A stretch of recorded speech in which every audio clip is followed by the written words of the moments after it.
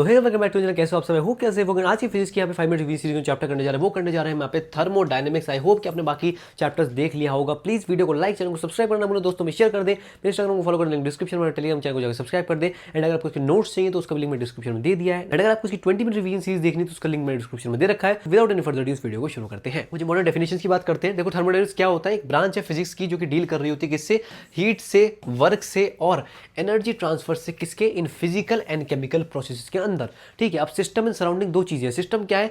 जो part of universe है, जो कि ऑब्जर्वेशन के अंडर है, उसको बोलो वो सिस्टम। और सराउंडिंग्स जो कि इसके बाहर सारी चीजें, everything outside the system that can interact with it, that is surroundings. अब बाउंड्री क्या होती है? बाउंड्री क्या होती है? The surface separating the system from it surrounding. System surrounding के बीच में सेपरेट कर रहा है सरफेस, उसको बोलता हूं बाउंड्री। अब यहाँ पे अलग अलग टाइप के सिस्टम्स होते हैं। जैसे आपका ओपन सिस्टम। ओपन सिस्टम कैसे? जो कि एक्सचेंज कर सकता है क्या? मैटर को एंड एनर्जी को विद द सराउंडिंग। जैसे boiling water in an open pot. Open pot में बॉइलिंग वाटर रखा है तो यहाँ पे एक्सचेंज हो रहा है। क्लोज सिस्टम क्या कहता है भाई? जो कि यहाँ पे एक्सचेंज करता है एनर्जी को, बट मैटर को यहाँ पे एक्सचेंज ये नहीं करता सराउंडिंग्स के साथ। जैसे आपका सील्ड हॉट वाटर बॉटल हो गया है ना, सराउंडिंग के साथ मैटर एक्सचेंज नहीं हो रहा, एनर्जी हो रही है। पर आइसोलेटेड सिस्टम क्या होता है? जहाँ पे दोनों चीज़ नहीं हो रही, जैसे can not exchange either energy और मैटर। जैसे आपका थर्मस फ्लास्क हो गया है ना, थर्मस फ्लास्क में ना तो एनर्जी ट्रांसफर, ठंडा पानी है तो ठंडा ही रहता है, गर्म है तो गर्म ही रहता है, तो ना एनर्जी ट्रांसफर हो रही ना मैटर ट्रांसफर हो रहा। थर्मोडायनेमिक स्टेट वेरिएबल्स की बात करते हैं। जैसे कुछ मैक्रोस्कोपिक प्रॉपर्टीज हैं, जैसे quantities like pressure, volume, temperature, internal energy, जो कि डिफाइन करती है स्टेट ऑफ सिस्टम को। अब स्टेट फंक्शन क्या होता है? एक प्रॉपर्टी है जो कि डिपेंड करती है सिर्फ और सिर्फ current state of the system पे, ना कि उसके पाथ पे, है ना। जैसे P V T U H हमने ऊपर पढ़ा, उन पे नहीं करती। तो स्टेट फंक्शन ये कहता है। पाथ फंक्शन क्या होता है? स्टेट में मतलब इन पे डिपेंड नहीं कर रहा, पाथ फंक्शन में इन पे डिपेंड करता है। टेकन जैसे वर्क, हीट, इन पे जो कि पाथ है उस पे यहाँ पे डिपेंड करता है, उसको बोलता हूँ path function. Zeroth law of thermodynamics हम पढ़ेंगे, उसके बाद फर्स्ट लॉ पढ़ेंगे, सेकंड लॉ पढ़ेंगे, आगे हम चीजें पढ़ेंगे। जीरोथ लॉ में क्या कहता है कि अगर दो सिस्टम है, ए और बी सिस्टम है, अपने ए बी सिस्टम, और वो थर्मल इक्विलिब्रियम स्टेट में है with a third system C, तो then they are in the thermal equilibrium with each other. तो एक दूसरे के साथ थर्मल इक्विलिब्रियम में है। ये कहता है जीरोथ लॉ। इसका कॉन्सिक्वेंस क्या है? ये डिफाइन करता है टेम्परेचर को as a fundamental and measurable property. कहता है भाई टेम्परेचर ही है चीजों है। ये होती है जीरोथ लॉ। ठीक है। इसके बाद आती है फर्स्ट लॉ। फर्स्ट लॉ क्या कहता है कि जो हीट एनर्जी है सप्लाइड टू अ सिस्टम, वो यहाँ पे यूज करी जाती है किसके लिए? इसकी इंटरनल एनर्जी को बढ़ाने के लिए, जिससे वर्क हो सके, है ना, जिससे वर्क हो सके। मैथमेटिकल फॉर्म बहुत सिंपल सा है। Del Q is equals to del U plus del W, मतलब del Q is equals to del U plus del W, मतलब heat is equals to internal energy plus work done. मोटा मोटा ये बोला गया है। ठीक है। Heat added to system, change in the internal energy, work done. की कॉन्सेप्ट क्या है कि जो एनर्जी कंजर्व्ड हुई है, ये ना तो बन सकती ना डिस्ट्रॉय हो सकती, सिर्फ ट्रांसफर हो सकती है और कन्वर्ट करी जा सकती है। इस एनर्जी के बारे में ये कहा गया है। कुछ थर्मोडायनेमिक प्रोसेस के बारे में देखते हैं। जैसे आइसोथर्मल प्रोसेस मैंने आपको बताया था, पहले ही बता चुका हूं काफी बार। इसमें कांस्टेंट टेम्परेचर कांस्टेंट रहता है, तो पीवी आपकी कांस्टेंट हो जाती है। ठीक है। एडियाबैटिक प्रोसेस में कोई हीट एक्सचेंज नहीं होता, मतलब क्यू आपका जीरो हो जाता है, तो पीवी गामा आपका कांस्टेंट रहता है। आइसोबारिक मतलब प्रेशर कांस्टेंट, तो कांस्टेंट प्रेशर, तो मतलब W is equals to P delta V आपका फॉर्मूला यूज होता है। आइसोकोरिक के अंदर वॉल्यूम कांस्टेंट रहता है, तो मतलब आपका वर्क डन तो जीरो हो गया, और आपका जो इंटरनल एनर्जी है वो आपकी हीट के चेंज इन द हीट के इक्वल हो जाएगी। ठीक है।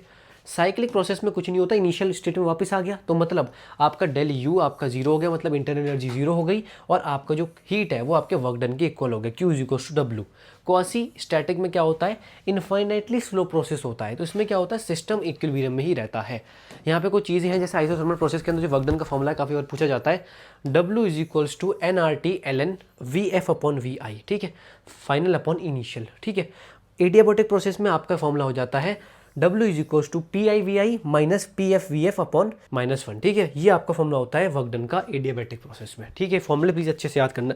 अब सेकंड लॉ क्या कहती है? सेकंड लॉ क्या कहता है? केल्विन प्लैंक कांस्टेंट स्टेटमेंट यहाँ पे आ जाती है। यहाँ पे no process is possible in which यहाँ पे हीट कंप्लीटली कन्वर्ट है into work without any loss. तो विदाउट एनी लॉस तो कोई प्रोसेस हो ही नहीं सकता। कॉन्सिक्वेंस क्या है कि जो हीट इंजन है कैन नॉट बी 100% एफिशिएंट। ये बोलता है कि भाई हीट इंजन है 100% एफिशिएंट हो ही नहीं सकता जी।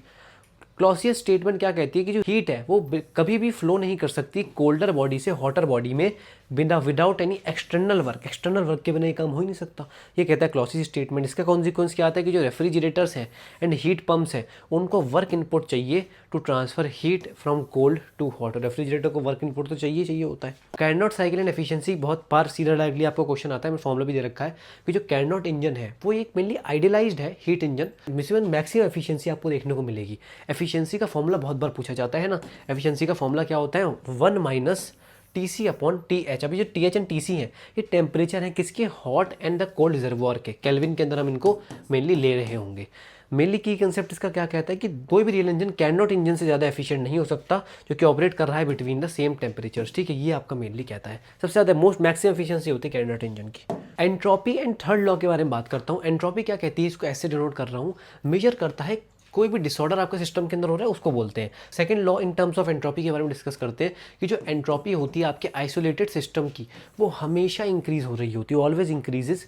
थर्ड लॉ आपका क्या कहता है, the entropy of a perfect crystal at absolute zero is zero. आपका जो परफेक्ट क्रिस्टल है एब्सोल्यूट जीरो मतलब जीरो केल्विन की बात कर रहे हैं, 0 डिग्री सेल्सियस की बात नहीं कर रहे, जीरो केल्विन होता है एब्सोल्यूट जीरो, वो यहाँ पे जीरो है। जो मतलब फॉर्मूला आपका आ गया QReV अपॉन T, Q/T आपका फॉर्मूला आ गया डेल्टा S का, ठीक है। रिवर्सिबल प्रोसेस की बात हो रही है, Q in reversible process upon T। Heat engine, refrigerators and heat pumps के बारे में बात करते हैं। कुछ बेसिक चीज़ें लिखी गई हैं, जैसे आपका हीट इंजन के बारे में बात की गई। हीट इंजन क्या करता है, हीट एनर्जी को मैकेनिकल वर्क में कन्वर्ट करता है, ठीक है। एफिशिएंसी क्या है, efficiency is equal to work done upon QH, इसको हम लिख सकता हूँ 1 माइनस QC अपॉन QH। अब QH क्या होता है आपका, हीट एब्जॉर्ब, और QC मतलब heat rejected.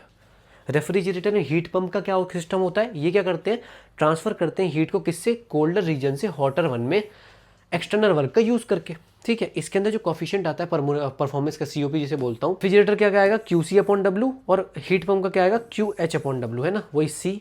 Refrigerator and heat pump के बीच में एक बहुत प्यारा रिलेशन है इनकी COP के बीच में, that is COP of heat pump is equals to COP of refrigerator +1, यानी ये 1 याद रखना, +1 हम ऐड करते हैं, बाकी ये इक्वल होता है। आगे समझ में, COP मतलब कोफिशिएंट ऑफ परफॉर्मेंस, ठीक है।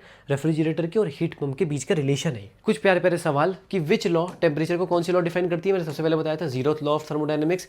कौन सी फर्स्ट लॉ ऑफ थर्मोडायनेमिक्स है, delta Q is equal to delta U plus delta W। क्या होता है इंटरनल एनर्जी को आइसोथर्मल प्रोसेस में, वो यहाँ पे कांस्टेंट रहती है, याद रखना। कौन से टाइप का प्रोसेस मेल्टिंग ऑफ आइस है, आइसोथर्मल प्रोसेस है।